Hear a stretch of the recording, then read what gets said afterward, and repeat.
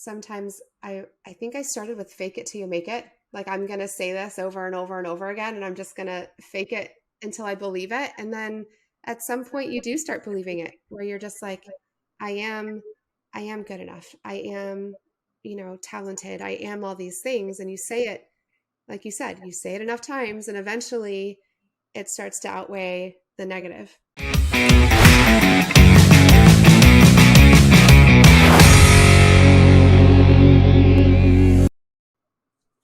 Hello and welcome.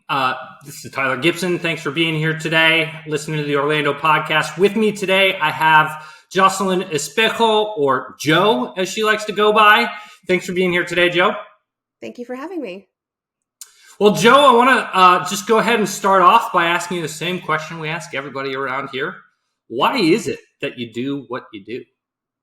I am truly passionate about helping other entrepreneurs be able to show up in their business. So I want to be able to give them some content that they are not afraid or embarrassed to put out there while they're showing up in their marketing, social media, website, whatever medium they need. That's awesome. So tell me, because it seems a little ambiguous, how is it that you go about doing that? So I end up doing a kind of multi-step process. I start with talking to my clients and figuring out what it is that they do, what it is that drives them and what they're passionate about. And then if they decide to book a session, we do a planning call. So we'll sit down and discuss exactly what they need, map out what we're going to do on their photo session day, including outfits, props, all those details. And then on the session day, we get together and I try to make it as fun as possible. The experience is great. I want to make it as stress-free as possible. So they'll start with my hair and makeup artist and get them camera ready. All they have to do is show up and she takes care of the rest. And then we get together wherever we're shooting, whether that be an indoor location or outside, kind of depends on who the client is, what they need. And then it varies. I work with some clients every 3 months. And so we change it up kind of based on the message they're trying to send. And then, just my goal is that at the end, they're going to walk away thinking that was fun. And I don't know why I was so scared about, because most people really hate to be in front of the camera. And really then when they get their pictures, that they have a library of content. So when they go to sit down and create whatever it is that they're trying to, whether it be an Instagram post or updating their About Me or their blogging or emailing, they can just go to their folder and be like, I've got a picture for that. And they're off to the races. That's awesome.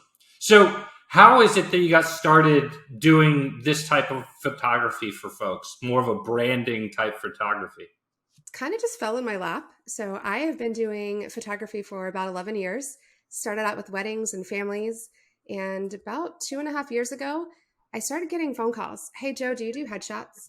And, the first one I said no. The second one, I was like, no. And then by the third one, I was like, hold on a minute. There must be something Maybe here. I should. Maybe I could do headshots.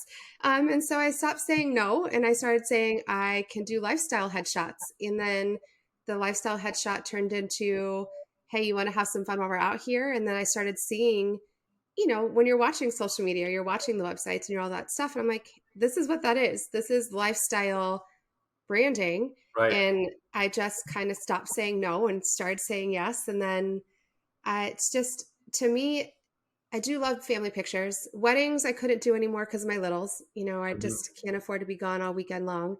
And with my family shoots, nights and weekends are hard. I'm running my kids all over the place. So branding, I'm getting to mix the business side. I was in management, operations management for 16 years full time. So now I get to morph, I guess, my master's in business, all of my business experience with my creative side, helping entrepreneurs, figure out what's the best way that they can show up. That's awesome. So I'm curious, was photography, your photography business, even in its inception or whatever, was it a side hustle to begin with, or was it something that you jumped into full time right out of the gate? Nope, it was a side hustle. So my love for photography started in high school. I always had a camera. I have boxes upon boxes of film. You used to take it to the store and develop, and you get excited because you have no idea what they're going to look like. But I just always had a camera. At some point in high school, I was given an old, SLR like film camera. Mm-hmm. So took it up a notch. And I went to college thinking I was going to do business. Graduated with my bachelor's in business, went and got my master's. And somewhere along the way, I had a friend call and say, my brother's getting married. They can't afford a photographer. Do you think you could take their pictures? I'm like, I'm not a professional photographer. She goes, yeah, but you take really good pictures. You've always got a camera in your hand. It's you or nothing. And I was like, all right, well, as long as they understand I'm not a professional. And so that's how my first wedding started, was a friend helping out a brother. And then I posted pictures because I was so excited how they came out, booked 2 more weddings. And then my journey just kind of started. But it was always a side hustle. For 16 years, it was a side hustle. Just, I never really said I was a photographer. It was just something I kind of did on the side, and word of mouth referral. I didn't market it. I didn't advertise it. If somebody called and said they wanted me to shoot, I would. And then I guess I finally decided in 2019 that I was done trying to help somebody else kind of with their enterprise. And I wanted to be able to focus on my family. My kids were getting bigger and schedules were crazy. And I was like, you know what? Why don't I do this photography thing full time? You know what? I love it. I'm passionate about it. And it'll allow me to be flexible with the kind of mom I want to be. So now I get to do both. I have a career and I get to be the mom that is present more than I was able to when I was working full time. That's so cool to have that realization not that long ago that you wanted to follow your passion, which was photography. You loved doing it anyways, and turn it into something that would be a sustainable business, as well as giving you that opportunity to be the parent you were looking for. I think I relate with that a lot as I made my transition into, my business. It was the same kind of motivation. My wife was pregnant. I was traveling a lot for work. I knew that wasn't going to be conducive to the type of family that I wanted to have, the type of father I wanted to be. So I relate to that on so many levels. Talk to me a little bit about that transition from a side hustle to a full-time business. Well, it was scary. You sit there, and I thought about it off and on for years, but it was something that I was just scared, like trying to go out on your own and do all those pieces. But blessed, my husband was in a place where financially I didn't need my income before. So, I kind of was a little more comfortable trying to take that leap. And then it just took time, and it's still a journey. Being an entrepreneur isn't easy. I don't think it's for the faint of heart. I'm sure, as you know, transitioning, it's hard because you go from having a paycheck every 2 weeks that, like, I put the work in, I show up, this is getting deposited.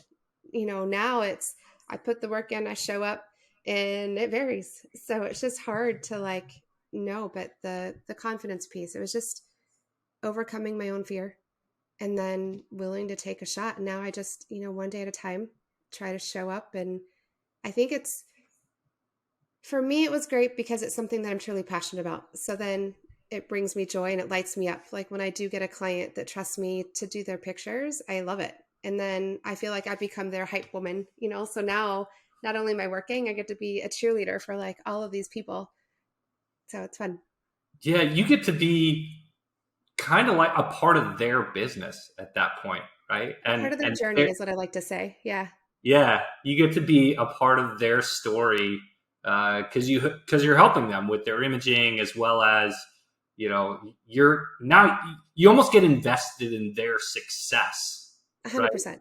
when Yes. when you're in a service business where you provide a service to somebody else, if it's really truly your passion, like it obviously is for you and it is for me, you become emotionally invested sometimes in the outcome, which can be good and bad, but a lot of fun Well, to go luckily through. for me, it's so far good. Sometimes I'll follow up and I'm like, hey, you're not using your pictures. Everything okay? And it's just like, I just haven't had time. I'm like, all right, just making sure. But then being able to see people out and about and celebrate them in their growth and in their success, it's exciting. It's just, and it's hard because, I'm sure with buying houses and all that stuff, you're helping people realize a dream. And so I think for me, I get to be part of someone's story. A lot of my clients are established and they've been in business, but then a lot of them aren't. A lot of them are just starting out and they're making that transition. And so to help them find their confidence and then actually be willing to show up and launch it and get out and do it, it's fun. Like it's exciting. Yeah. Talk to me a little bit about that fear you mentioned. You said that for a few years you were thinking about doing this full time, but that there was a lot of fear. What were some of the things aside from your husband's, career being able to support you guys financially? Were there any other fears that were in there that were kind of holding you back? I mean, fear of failure, like that's a huge one for me. I think I'm a very competitive person by nature. So I had already kind of proven and been successful in the track I was in, and so I'm like, am I going to really step away from something that I'm doing really, really well at to go give a shot at something that, I mean, I hear that my pictures are good, but it's that self doubt. Like and especially in something like photography where I can think the picture's great, but if the client doesn't think it's great, where's that going to be? But there was a lot of fear. And I think failure was one of them. Another one was, am I even good enough? That Mm. comparison factor where you're looking at someone else's work and you're like, can I really get out there and start doing this? Like, I think I'm hearing it's good. I think it's good, but then I look at someone else's and I personally think it's better. So I'm like, do I value my work enough and my talent enough to put myself out there? I think that was a huge one, probably right up there with the financial. Because to be honest, I think my husband was pushing me to go leave my full time job for a long time. And then when I finally made the decision, his response was finally. So I think the financial piece, I held on to that for a little longer to hide my fear of just failing. Like, I think that's honestly for me, like, if I get out there, are they going to not think I'm good enough? And then I'm not going to make it. So Was there anything that you did, or anything or any books that you read, or interactions you had with somebody else that helped you with that fear of failure, that fear of maybe that self-doubt of, am I good enough? And I love that your husband was on the sidelines kind of going, come on, let's go it's do time. that It's time. thing, right? Yeah. Because I think it's so much easier for the people around us to recognize some of our passions and our strengths and to believe in us before we even believe in ourselves. So was there an interaction or a time or a moment or something that helped you overcome that fear? I mean, I think I still have some of that fear, but I think there definitely was some pieces that helped. I think the first step was, kind of starting to choose to listen to the voices that were encouraging instead of the self-doubt voice. And then having a tribe, as I call it, where I found a couple people that were in a similar journey, maybe photography or not, but just kind of getting myself out of my wheelhouse and then starting to meet with other people. And I think that's what made a significant difference was having a business bestie or somebody else that's kind of riding in along with you that can hype you up. So whenever you're having a bad day or you've got that self doubt, I could send a message and be like, "This is kind of where my head's at," and immediately have the response. And you get that from the people that you love, but I think we also tend to discount the people that we love very quickly because, like, oh, you have to say that. Like, of course you're going to say my work is good. You're my husband. Or like, of course you're going to say my work is good. You're my mom. Like, you're going to love everything I do, mom. But, it's like you love the stick figure that looked like nothing. And so I think having people in an outside world, but I think I chose to invest in myself and in my business. So I decided to do a workshop and walking into a workshop with other people that were in the same boat that I was in or ahead of me, like they had made the leap and were successful, or people who hadn't quite yet made it. So I was ahead of them, in those pieces. I think that was significant. But I think game changer wise was probably a tribe of other women entrepreneurs that I could really just lean into, um, and then help them. Like that's the piece when you're encouraging somebody, they're very quickly to be like, okay, Joe, now your turn. Yeah. Like you're telling me to get out there and do this. Now you do it. Kind of follow your own encouraging words. Yeah. That's so critical, I think, to surround yourself with people that are going to pour into you in a positive way and give you that positive reinforcement. Was there a particular place that you went to go find that tribe, or was it just people that you kind of picked up along the way? Hey, before we go any further, if you're enjoying this content, please like and subscribe so you can help us get the word out about these amazing people and businesses here in the Orlando area. Don't miss out on upcoming episodes and help out the show. Now let's get back to it. Um, well, I kind of got lucky. My neighbor is someone that's a self-entrepreneur. And then COVID really helped us out because we used to never really talk, like the occasional wave, and then it became we're stuck. But I think for me, the pieces that really made a difference was just looking online. Like when you look on Facebook and things like that, there's groups out there. So there happened to be one here local. It was a Boss Moms meetup group. So specifically for women who were entrepreneurs, but also moms. And they meet up once a month. And then, you just go, you have lunch, and sometimes you're talking business, sometimes you're not, but it was just nice to have like that. So that was kind of one of the first easiest places to go to. And then I started kind of, for me, specific to photography, depending on the niche I was in. Like when I was in family and newborn photography, I would be in groups with other photographers that were doing the same thing. And then now the same with branding. And for me, the biggest piece, and I can tell you like 2 years ago was probably the first time that I said, I'm a photographer. And it didn't feel like, hey, I'm Joe, I'm a mom, I'm a wife, and I kind of do this thing on the side that, sometimes people pay me for. So, and I went to a Christian event, and it was a Christian workshop specifically for photographers. And that weekend we had an amazing pour in turnover, and that's where I discovered my business bestie for sure. And she's in the same journey. So now we chat and talk and bounce ideas off each other. And then I've got my neighbor, and so you've got women from these different avenues following the same path, kind of, same ultimate goals. And then you can have that piece. But that's, yeah, I can clearly remember it was like 2 years ago when I finally was like, hey, wait a minute, I'm a photographer, and I've been doing this for 11 years. But so for anybody else that's on that journey that they're just scared, I think we're our biggest self-critic. I think for the most part, we hold ourselves back a lot. Yeah, I think it was Jim Rome that said, whether you believe you can or believe you can't, it's true. And those words, they'll haunt you if you let them, which is a good thing, because it's Right. a constant reminder, I think, that what we tell ourselves, good or bad, is the truth. Our brain can't tell the difference because we're telling it to ourselves. So Yes. you got to get out of your comfort zone and tell yourself positive things, even if you may not feel that way at the time. Well, and I But think with it enough helps too. repetition.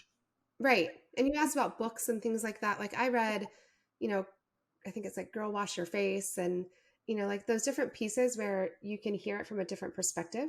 Because I think sometimes too with the self-doubt, like it's loud and it's hard to tune it out.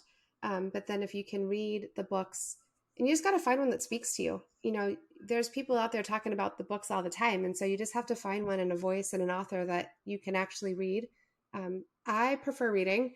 I have a lot of friends who like to listen to the audiobooks. So they'll listen to it while they're working. And I think now too, affirmations, like the positive affirmations, where sometimes I think I started with fake it till you make it. Like I'm going to say this over and over and over again, and I'm just going to fake it until I believe it. And then at some point you do start believing it, where you're just like, I am I am good enough. I am, talented. I am all these things. And you say it, like you said, you say it enough times, and eventually it starts to outweigh the negative.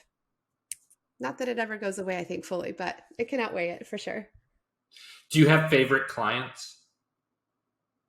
Yeah, for I sure. won't make you name them in the event they listen. I'm like, hmm. Yes, I do have favorite clients. And I Uh, think, Go ahead. okay,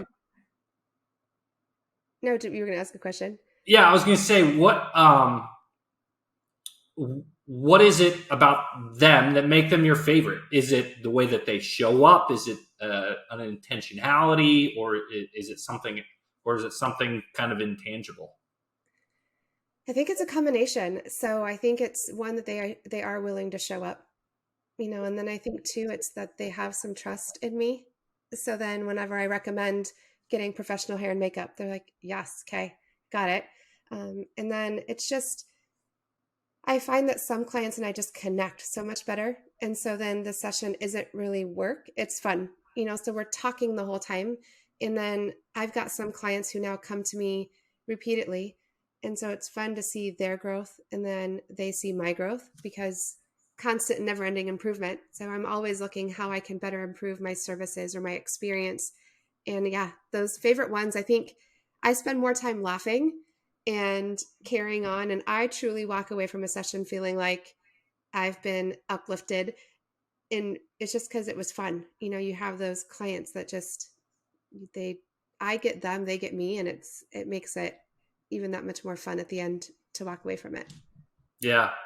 No, I can agree with that. I can see how that would work. So tell me a little bit about your business today, and give us a chronological kind of story of when did the side hustle start? I know that you said that you went full time 2019, and kind of a progression between full time to today. And give us a little bit of that history lesson. So side hustle started, I guess, goodness, now I'm gonna have to look back and be like, what was your anniversary? Because I feel like it was 11 or 12 years ago. But that's when I did my first wedding. And then I kind of went through this progression of, I would do a few weddings, and then I would kind of put the camera down, because I was working full time, and between, I was already a mom. And so all of those pieces, like it felt hard. And so kind of ebbed and flowed. Like I would do a wedding, I would get some more referrals because somebody said I did weddings, and then I'd put it down.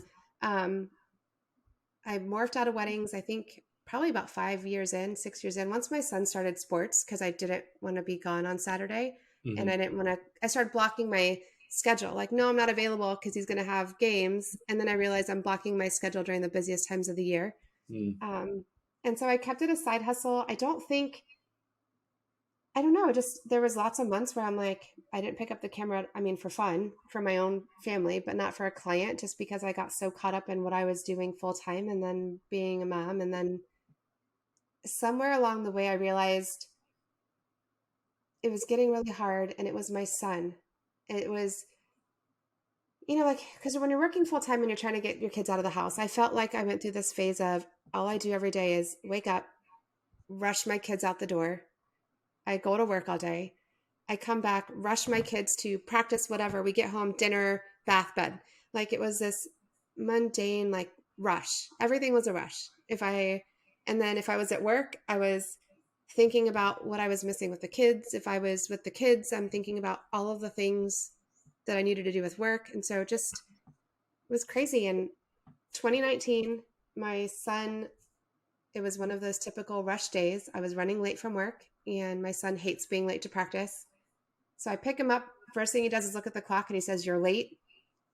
I'm like, I know. I'm doing the best I can. Let's go. Pull in the driveway, and I literally was like, we have 4 minutes. Jump out of the car as soon as I stop. Go change. Let's get back out the door. And so we walk in. My son stops, and he looks at me, and he goes, "Mom?" And I was like, "What?" Like, we got to go. He's like, "I just wish." And I remember, and it's one of those mom moments I have a lot of guilt over, because I was like, what? What is it that you want right now? Like, you're frozen. We need to be moving. And he's like, "I just wish we could have a little bit more time." Mm. And I looked at him, and I was like, okay. And that was the beginning of the end of my full-time job. Like, I think it took me about another 2 weeks before I was like, nope, I can't do this anymore.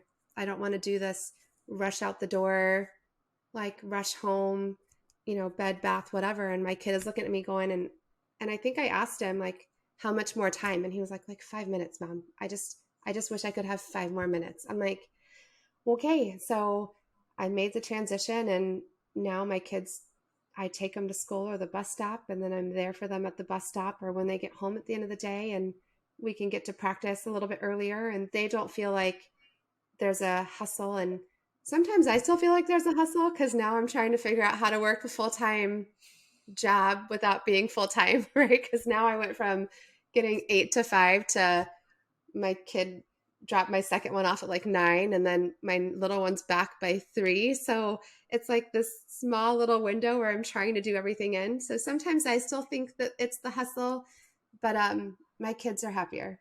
Like my kids just are genuinely happier, and it was the best decision. I don't regret it at all. Excuse me, I'm getting a little misty because what a powerful story. I mean, and out of the mouths of babes, right? Yeah.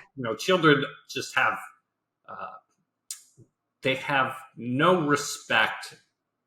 That's the wrong word. They'll just tell you exactly how they feel, right? Heart on their sleeve, and that request. I mean, it cuts me to hear that story, right? Yeah. And I similarly, that's how I felt when I started thinking about how do I get to a place where I'm in control of my time and I'm not trading my time for money, and I can control my calendar. I can be here.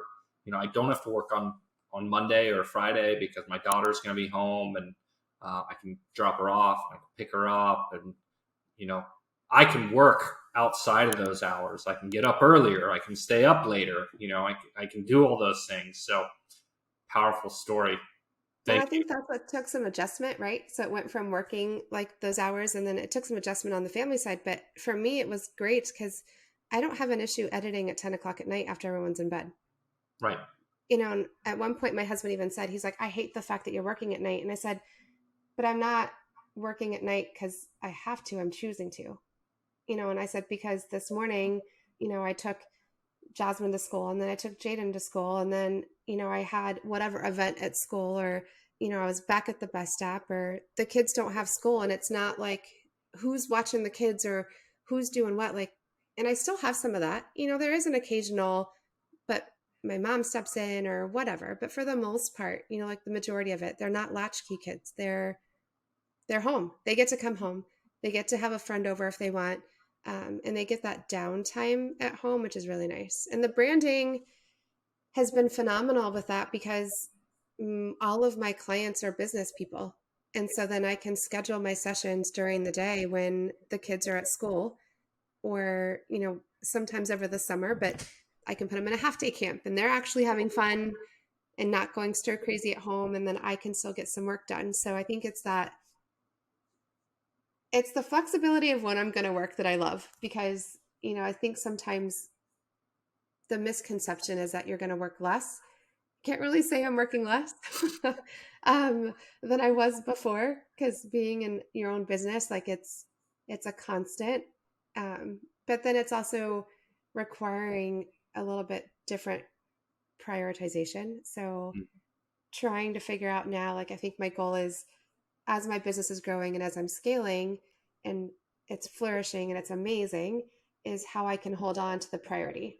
And so for me, branding right now is an amazing fit because it fits both sides. My creative side with the photography, I'm truly passionate and I will work with men. Don't get me wrong, Tyler, you want a session, I'm there. But I am passionate about working with women and really helping them show up in their business.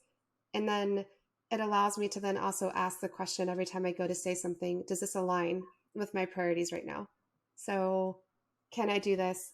Does that align? And I'm very selective when I choose not to be with the kids or with the family. Like they are my priority. So I just did a workshop in Austin, Mm-hmm. but I limit myself, to one. I did 2 this year. So I'm like trying to do one, but I ended up doing 2 workshops this year where I was actually physically gone. But for the most part, I really do try to make sure that I schedule it so that I'm here for the family and the priorities, because you're going to see your daughter's little. How old is she? She just turned 3 a few months ago. Okay. And is she your only, or do you have more She kids? is my only. Yeah. Well, you're going to blink. Like I don't know how I have a 12-year-old and a 9-year-old. Like I don't know how it happened. Like time goes like that. And Yeah. so, just talking, and I'm looking at my nephew. My nephew's already graduated from high school, and I'm like, dude, like, no. So for this season of my life, and I don't know, it may change, maybe Branding and I won't get along at some point, but right now I love it. And for this season, it's allowing me to do both, like having that schedule that allows me to be present. So it's fun. That's awesome. What a great story. Well, I want to be respectful of your time. Thank you so much for spending some time with me.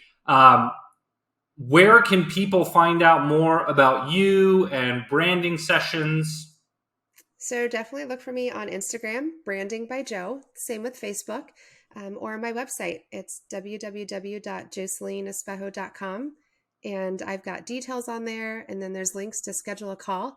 So questions, give me a call or send me a DM. I'd love to chat with anybody that is thinking about it. And honestly, for me, my biggest thing is trying to make it as seamless as possible. So my experience covers all of the things. If you're worried about what to wear, you're going to work with a stylist. Like I've got it covered from start to finish so that there's a plan. There's professional hair and makeup artists. There's a professional stylist that will help you pick out what to wear, from everything from shirt, pants, shoes, whatever you need, accessories.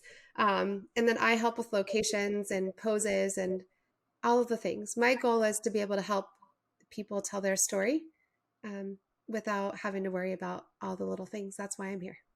That's so great. And I'm probably going to need to come see you soon. Our team has grown, so we gotta get a new team photo at the very least. So, I would love that. Whenever you're ready. All right. Sounds good. We'll talk about that offline. So sounds great. Thanks again. So before we go, last piece of advice for any of our listeners, whether they're entrepreneurs or just people in the area, any words of wisdom? Ooh, that's always a big one. Words of wisdom. I would say my number one is just get out of your own way. Like Good. whatever your dreams are, whatever you're trying to pursue, just do it. And then figure it out one step at a time. But that's the biggest one. Just get out of your own way. Awesome. All right. Well, thanks you so much for being here. And thanks again for tuning in today. We'll see you around Central Florida. Thanks, Bye. Tyler.